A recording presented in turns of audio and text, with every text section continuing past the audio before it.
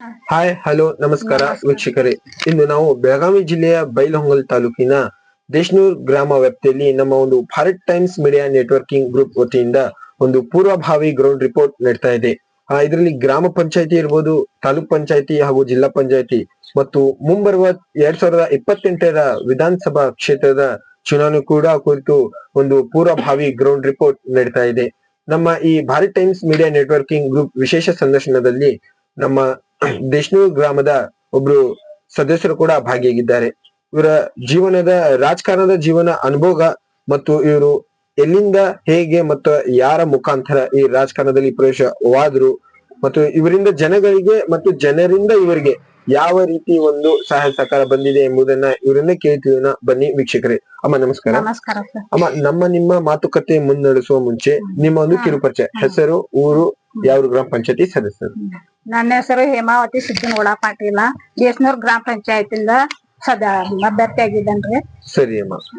ಈ ನಿಮ್ಮ ಅಧಿಕಾರಾವಧಿಗೆ ಬರುವ ಮುಂಚೆ ಯಾವ ರೀತಿ ಡೆವಲಪ್ಮೆಂಟ್ ಗಳ ಆಗಿದ್ದು ಮತ್ತು ಆಗಿರ್ಲಿಲ್ಲ, ಅದಾದ ನಂತರ ತಾವು ಈ ಅಧಿಕಾರಾವಧಿಗೆ ಬಂದ ಮೇಲೆ ಯಾವ ರೀತಿ ಒಂದು ಡೆವಲಪ್ಮೆಂಟ್ ಗಳ ಮಾಡಿದ್ದೀರಾ? ಮೊದಲೂನು ಯಾವ ಇವ್ದ ಆಗ್ ಬಂದೇನ್ರಿ ಕೆಲಸಗಳ. ಈಗೂ ನಾವ್ 5 ವರ್ಷ ಆದ್ರೂನು ಏನ್ ಕೆಲಸಗಳು ಆಗಿಲ್ರಿ, ಯಾವ್ದು ಅಭಿವೃದ್ಧಿನೂ ಆಗಿಲ್ಲ. ಏನ್ ಹೇಳಿರು ಯಾರು ಇದನ್ನ ಮಾಡ್ಲಿಲ್ರಿ. ಸರಿ. ಕುಡಿಯುವ ನೀರು ಇರ್ಬೋದು, ಸಿಸಿ ರೋಡ್ಸ್, ಮನೆಗಳ ಅನುದಾನ, ಚರಂಡಿ, ಇದ್ರ ಬಗ್ಗೆ ಯಾವ ರೀತಿ ತಮ್ಮ ಒಂದು ಪಾತ್ರ ಐತ್ರಿ? ಚರಂಡಿ, ಸಿಸಿ ರೋಡ, ನೀರಿಂದು ಅದ ಯಾವ್ದು ಅಭಿವೃದ್ಧಿ ಇದು ಏನೂ ಆಗ್ ಬಂದಿಲ್ರಿ. ಸರಿ ಅಮ್ಮ. ತಾವು ಯಾವ ರೀತಿ ಒಂದು ಪ್ರಯತ್ನ ಪಟ್ಟಿದ್ರಿ ಡೆವಲಪ್ಮೆಂಟ್ ಗಳ ಮಾಡ್ಲಿಕ್ಕೆ? ಬಾಳ ಪ್ರಯತ್ನ ಪಟ್ಟಿದವ್ರ. ಪ್ರಯತ್ನ ಪಟ್ರು ಯಾರು ಪಿಡಿಒ ಇವ್ರೆಲ್ಲಾ ಏನು ಅದನ್ನ ಆಗೇ ಬಿಡ್ಲಿಲ್ರಿ ಸರ್. ಎಷ್ಟ್ ಜಗಳ ಮಾಡ್ರು ಹೋದ್ರು ಕೇಳಿದ್ರು ಏನು ಇದನ್ ಮಾಡ್ತಾರ ಸರ್, ಏನು ರೆಸ್ಪಾನ್ಸ್ ಕೊಟ್ಟೇ ಇಲ್ಲ ಅಮ್ಮ. ಸರಿ ಅಮ್ಮ. ತಮ್ಮ ಒಂದು ಅಧಿಕಾರಾವಧಿಯಲ್ಲಿ ಶಿಕ್ಷಣ ಮಕ್ಕಳ ಅಭಿವೃದ್ಧಿ ಬಗ್ಗೆ ತಾವು ಒಂದು ಯಾವ ರೀತಿ ಪಾತ್ರವಹಿಸಿದ್ರಿ?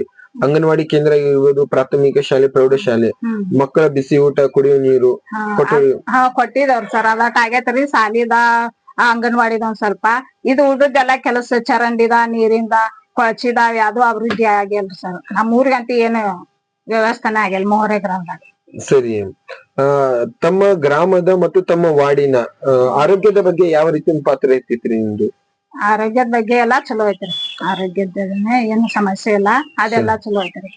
ಇವಾಗ ನಿಮ್ಮ ಅಧಿಕಾರಾವಧಿ ಮುಗಿದಾದ ನಂತರ ಆಡಳಿತ ಅಧಿಕಾರ ಕೂಡ ಇದೆ. ಅವರು ಯಾವ ರೀತಿ ಒಂದು ಜನಗಳಿಗೆ ಮೂಲ ಸೌಕರ್ಯಗಳನ್ನು ಒದಗಿಸುತ್ತಿದ್ದಾರೆ, ಜನಗಳಲ್ಲಿ ಯಾವ ರೀತಿ ಜನಕ್ಕೆ ಸ್ಪಂದಿಸ್ತಿದ್ದಾರೆ ಅಮ್ಮ?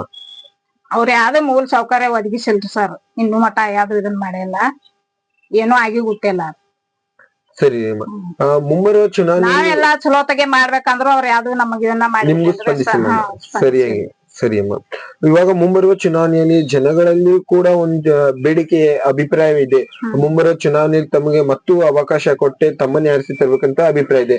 ಆದ್ರೆ ತಮ್ಮ ಅಭಿಪ್ರಾಯವೇನಿದೆ? ತಾವು ಭಾಗಿಯಾಗ್ತೀರಾ ಅಥವಾ ಬೇರೆಯವರಿಗೆ ಅವಕಾಶ ಮಾಡ್ಕೊಡ್ತೀರಾ? ನಾವು ಆಗ್ಬೇಕನ್ನೋದ್ರ ಜನಗಳ ಬೆಂಬಲ ಕೊಟ್ರ ಅಂದ್ರ ಮಾಡ್ತೇವ್ರಿ. ನಮಗೂ ಊರೆಲ್ಲಾ ಅಭಿವೃದ್ಧಿ ಮಾಡ್ಬೇಕನ್ನೋದು ನಮಗೂ ಇದೈತ್ರಿ.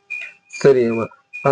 ಇವಾಗ ನಿಮ್ಮ ಅಧಿಕಾರಾವಧಿ ಮುಗಿದಾದ ನಂತರ ನಿಮ್ಮ ಅಧಿಕಾರಾವಧಿಯಲ್ಲಿ ಬಿಜೆಪಿ ಸರ್ಕಾರ ಕೂಡ ಇತ್ತು, ಕಾಂಗ್ರೆಸ್ ಸರ್ಕಾರ ಕೂಡ ಇತ್ತು.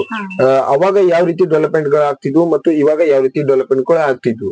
ಬಿಜೆಪಿ ಸರ್ಕಾರ ಇದ್ದಾಗ ಒಂದ್ ಸ್ವಲ್ಪ ಡೆವಲಪ್ಮೆಂಟ್ ಆಗಿತ್ರಿ. ಈಗಂತ ಕಾಂಗ್ರೆಸ್ ಸರ್ಕಾರ ಬಂದಾಗಿಂದ ಏನ್ ಡೆವಲಪ್ಮೆಂಟ್ ಅಂತ ಆಗಿಲ್ರಿ. ಸರಿ ಅಮ್ಮ. ಮತ್ತು ಈ 5 ಗ್ಯಾರಂಟಿ, ಕಾಂಗ್ರೆಸ್ ಅಧಿಕಾರ ಕೂಡ ಏನು 5 ಗ್ಯಾರಂಟಿ ಕೊಟ್ಟಿದೆ, ಅದ್ರ ಬಗ್ಗೆ ತಮ್ಮ ಅಭಿಪ್ರಾಯ ಏನಿದೆ? 5 ಗ್ಯಾರಂಟಿ ರೀ, ಅವೇನ್ ಏನು ಇದು ಆಗಿ ಬಂದಿಲ್ರಿ. ಅನುಕೂಲ ಯಾವ ರೀತಿ ಆಗ್ತಿದೆ? ಏನ್ ಅನುಕೂಲ ಆಗಿಲ್ಲ ಬಿಡ್ರಿ. ಸರಿ ಅಮ್ಮ. ಇಲ್ಲಿ ತಮ್ಮನ್ನ ಆರಿಸಿ ತಂದಂತಹ ಜನಪ್ರೇಮಿಗಳಿಗೆ ತಮ್ಮ ಒಂದು ಹೃದಯದ ಮಾತು ಹೇಳಿಕೆ ಏನ್ ಇಷ್ಟಪಡ್ತೀರಾ? ನಾವ್ ಅವ್ರಿಗೆಲ್ಲಾ ಒಳ್ಳೇದ ಮಾಡಿದಾರ ಅಂತ ಹೇಳಿ ನಾವು ಒಂದು ಅಭಿನಂದನೆ ಹೇಳ್ತೇವೆ. ಸರಿ ಅಮ್ಮ. ಇಲ್ಲಿವರೆಗೂ ಕೂಡ ನಮ್ಮ ಭಾರತ್ ಟೈಮ್ಸ್ ನೆಟ್ವರ್ಕಿಂಗ್ ಗ್ರೂಪ್ ಗೆ ನಿಮ್ಮ ಸಮಯ ನೀಡಿದಕ್ಕೆ ತುಂಬಾ ಹೃದಯದ ಧನ್ಯವಾದಗಳು.